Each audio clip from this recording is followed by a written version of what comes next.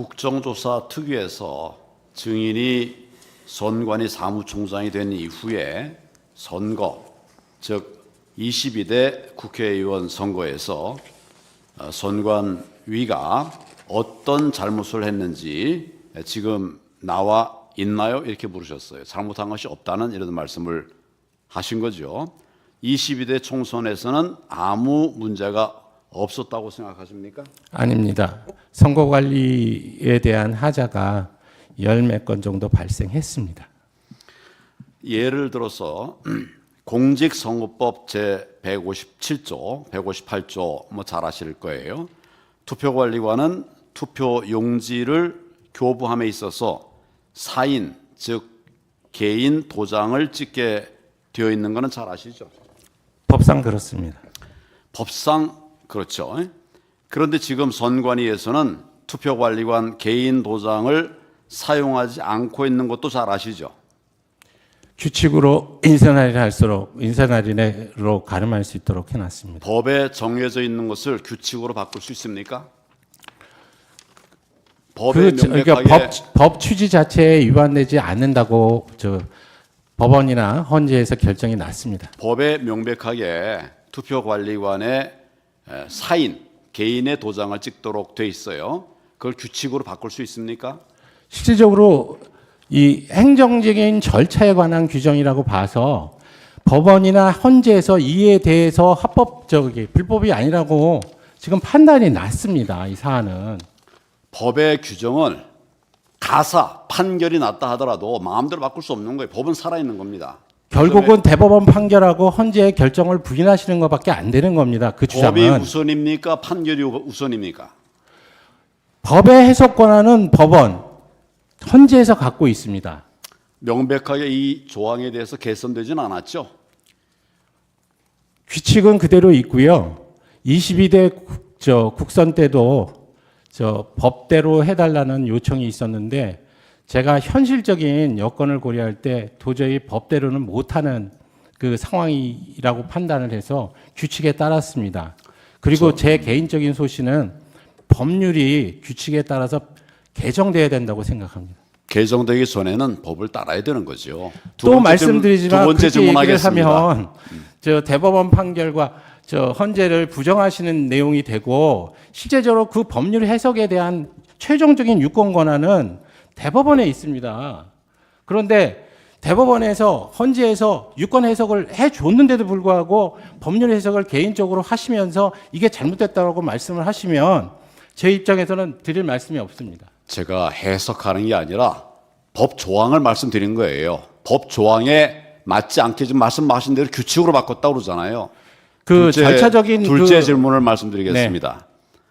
중앙선관위원회의 공식 홍보 영상 내용을 보면 종이가 원상태로 회복하는 기능이 적용된 특수 재질 사용이라고 적혀 있습니다. 이게 지금도 그렇게 되어 있습니까? 지금 제가 보고 받기에는 원상 회복 용지? 뭐죠? 명확하게 선관에서 발표한 것은 그런 원상태로 네. 회복되는 기능이 적용된 특수 재질 용지. 네. 그런 영상으로 해가지고 지금 그 국민들 사이에 불필요한 논란을 가져왔다고 해서 그 영상을 삭제한 것으로 알고 있습니다. 최근에 이제 그 영상을 내렸다 이런 얘기시죠? 네. 왜 내렸습니까? 지금 말씀드린 국민에게 불필요한 오해를 가져온다. 이게 무슨 형상기억 종이라는 말을 우리가 한 적이 없는데 그것을 형상기억종이라고 선관위가 했다.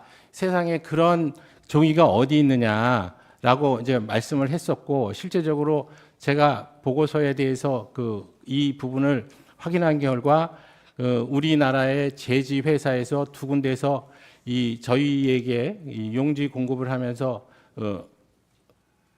강조했던 부분은 복원력이 우수하고 그런 내용들이 돼 있는데 그것을 지금 말씀하신 대로 뭐라고 처음에 우리가 했다는 거죠? 형상기억종이라고 얘기했고 아니, 제가 여쭤보기는 종이가 원 상태로 회복되는 네. 기능이 적용된 특수 재질 사용. 네, 이렇게 말했어요. 그렇게 그런 그 문구가 있는 유튜브를 만들었다고 아니, 해서 그렇죠. 예, 영상용 그게 예측을. 그 불필요한 오해, 즉 복원력이 뭐 강하다 이런 정도의 문구였는데 이게 그 너무 이상하게 만들었다라고 해서 그 형상 기억종이가 어디 있느냐라는 그런 그 분란을 초래하게 돼서 삭제한 것으로 알고 있습니다. 이게 이제 원인이 된 것은 빳빳한 투표지, 한 번도 접지 않은 빳빳한 투표지들이 너무 많이 나오니까 이걸 지적하니까 형상 기억종이라는 얘기를 한 거예요. 지금 저 우리 사무총장께서는 한 번도 접어본 적이 없는 빳빳한 투표지가 재검표나 또는 개표 현장에서 나오는 것이 가능하다고 생각하십니까? 이건 역시 똑같이 21대 그 국선의 선거 소송에서 다뤄졌던 주제고요. 거기서 대법원이 그 검증한 결과 그것은 정상적인 투표지다라고 결론을 내린 것으로 알고 있습니다. 판결의 내용을 제가 묻는 게 아니라 우리 사무총장께서는 빳빳한 투표지, 다시 접은 것들이 회복되는 이런 투표지가 가능하다고 생각하시냐 이걸 여쭤보는 거예요. 그 부분은 제가 잘 모르겠습니다, 사실. 그래서 저는 이 부분을 실제적으로 보고 감정한 대법원의 판결 결과를 믿을 수밖에 없지 않느냐는 말씀을 드리는 겁니다. 저는 종이가 회복된다고 하는 이 이야기를 여쭤보는 거고 제가 확인한 바에 의하면 이건 불가능한 겁니다. 이 점에 대해서 사무총장이 이 부분을 명확하게 확인하고 대법원 판결에만 이렇게 미룰 것이 아니다 이런 점을 제가 말씀드립니다. 한 가지만 더 여쭤보겠습니다. 사전투표소에서는 CCTV를 가리게 돼 있습니까?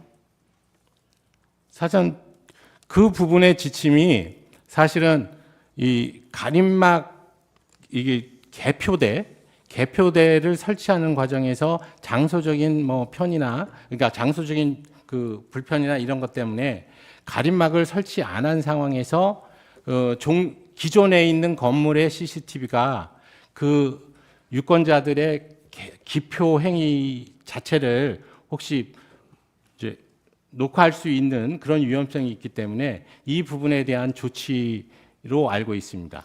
당일 투표에서도 CCTV를 가립니까? 역시 그러니까 기표대에 대한 부분이니까 기표대를 촬영할 수 없도록 하는 방법의 일환으로 지금 그 지침이 마련된 것으로 알고 그러니까 있습니다. 당일 투표에서도 CCTV를 네. 가리고 있냐 이걸 여쭤보는 거예요. 지금 말씀드린 대로 기표대를 촬영할 수 있는 CCTV가 있으면 이걸 못하게 할 필요가 있으니까 그걸 가릴 수밖에 없죠. 이 사무총장께서 좀 잘못 알고 계시는 것입니다. 지금 아예 선관위 지침으로 당일 투표소에서는 CCTV를 가리질 않아요. 근데 사전 투표소에서만 CCTV를 가린다. 이 점을 한번 아니 명확하게 제가 다시 그러면 확인은 해보겠지만 네. 저는 그 지침을 그렇게 해석을 안 했었고 제가 그런 지침을 내린 적도 없습니다. 아니 이거는 사전 투표와 본 투표가 다를 이유가 없고요. 이거는 이 부분은 기표하는 그 과정이 녹화가 되지 않도록 하는 조치의 일환입니다. 첫째로 그거 왜 녹화 안 되게 합니까? 지금 말씀드렸잖아요. 둘째로 제가 명확하게 확인하고 얘기하는 거예요. 당일 투표에서는 가리질 않아요. 근데 사전 투표에서는 가립니다. 한번 확인해 보시고 네, 나중에 답변을 해 주시기를 바랍니다. 이건 제가 명확한 사실을 갖고 얘기하는 거니까 네. 이게 둘 다 가린다. 이건 거짓말입니다. 그 정도 이 점을 참조하십시오. 네. 자, 그러면 지금부터 잠시만 주목해 주시기 바랍니다. 제가 구독자분들을 위해서 선물 하나를 준비했는데요. 제가 항상 여러분들께 드리는 말씀이 있습니다. 뉴스만 평소에 잘 챙겨보셔도 돈이 되고 돈을 벌 수 있다라고 말씀을 드렸는데요. 여러분들은 여기 보시는 삼성전자 뉴스를 보고 어떤 생각이 드세요? 아니면 정치인들의 뉴스, 날씨 뉴스를 보고는 어떤 생각이 드시나요? 그냥 뉴스만 보고 끝내는지 아니면 이 뉴스를 어떻게 이용할 수 있는지 이 부분을 고민하고 계시는지를 되물어보고 싶습니다. 그 이유가 뭐냐 하면 제가 지난번에 여러분들께 뭐라고 말씀을 드렸었죠? 지금은 반도체 섹터를 눈여겨보셔야 한다고 말씀드렸습니다. 그리고 나서 이런 썸네일들 뉴스를 통해서 많이 보셨을 겁니다. 반도체 내용이 이슈가 됐을 때 부자들은 어떻게 생각한다? 반도체 관련주들은 뭐가 있는지, 어떤 종목이 가장 좋은지, 어디에 투자해야 돈이 몰리는지 자연스럽게 생각한다고 제가 말씀을 드렸죠. 그 이유가 뭐냐 하면 부자들이 봤을 때는 이슈가 곧 돈으로 이어지고 그 이슈가 나에게 돈을 벌어준다는 경험적 확신이 있기 때문에 부자들은 항상 이런 사회적 이슈를 관심 있게 챙겨본다고 제가 말씀을 드렸습니다. 이번에도 마찬가지인데요. 제가 지난번에 시청자분들과 함께하는 주식으로 수익 내기 이벤트를 진행했었죠. 당연히 100% 무료로 진행을 했었고요. 여기 보시면 아시겠지만 제가 지난번에도 구독이라고 보내주신 모든 시청자분들께 반도체 관련주 중에 가장 크게 급등할 딱 한 종목, 많은 종목도 아니라 한미반도체 한 종목을 여러분들께 추천드렸어요. 그러면서 여기 나와 있는 대로 정확히 얼마에 매수해야 하는지, 그리고 수익률이 어느 정도 나왔을 때 팔아야 하는지를 이런 부분들까지 여러분들에게 정확히 알려드렸었는데 지금 실제로 어떻게 되었다? 오른쪽을 보시면 아시겠지만 제가 지난번 문자 발송으로 이 한미반도체를 소개해드리고 나서 실제로 이렇게 5배 이상 어마무시한 상승이 나왔습니다. 100만 원만 투자를 했어도 무려 500만 원이 넘는 수익금이 생긴 거죠. 그래서 당시에도 굉장히 많은 분들이 제가 드린 이 한미반도체로 수익을 내실 수가 있으셨을 텐데요. 다시 한번 축하드린다고 말씀을 드리겠고 이번에도 마찬가지입니다. 앞으로도 2024년, 2025년 계속해서 기대해볼 섹터는 AI입니다. 그 중에서도 AI 반도체는 그 누구도 부정할 수 없는 미래 성장 산업입니다. 그러면 우리가 어떻게 생각해 볼 수 있을까요? AI 반도체 종목 중에 앞으로 크게 대장 역할을 하면서 10배 이상 급등할 수 있는 텐베고 종목을 지금부터 열심히 추적해야 한다는 겁니다. 큰 돈을 투자하지 않더라도 월급의 일부분 아주 소액이라도 이 종목을 모아가야 수백 %의 수익률을 손에 쥘 수 있는 것이죠. 지금 여러분이 보고 계시는 이 유튜브 또한 AI 반도체와 아주 밀접한 연관이 있고 반도체야말로 대한민국의 핵심 산업으로 앞으로 더더욱 시장은 성장할 수밖에 없습니다. 그렇기 때문에 제가 이번에도 뭘 보내드리고 있냐면 지난번과 똑같이 구독이라는 문자를 보내주시면 제가 AI 반도체 관련주 중에 앞으로 대장주 역할을 하면서 주가가 가장 크게 급등할 한 종목을 여러분들께 문자 발송으로 종목명과 사고 파는 시점을 모두 알려드릴 건데요. 그 문자를 받고 여러분들이 주식으로 돈 버는 연습을 한번 해보셨으면 좋겠고요. 혹시라도 나는 주식을 하지 않는다 하시는 분들은 주변에 주식하시는 지인분들에게 말씀을 해주셔도 되고요. 아니면 연세가 있으셔서 투자가 어렵다 하시는 분들은 이 종목을 자녀분들에게 한번 사봐라. 이걸로 한번 수익을 내봐라. 이렇게 조언을 해주실 수도 있는 거겠죠. 그래서 지금 이 영상을 보시는 시청자분들 중에 나도 이번 종목이 좀 궁금하다 하시는 분들은요. 누구나 상관없이 그리고 어느 시간대나 상관없이 부담 없이 010-2514-5930번으로 구독이라는 문자 보내주시면 제가 이번에도 똑같이 무료 추천 급등주 문자를 보내드리겠습니다. 이해되시겠죠?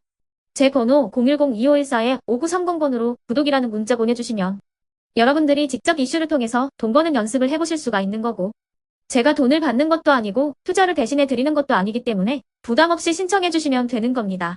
그리고 수익이 나면 저는 다른 것은 하나도 바라지 않습니다. 제 채널에 구독, 좋아요 한 번씩만 눌러주시라 이렇게 다시 한번 말씀을 드리겠습니다.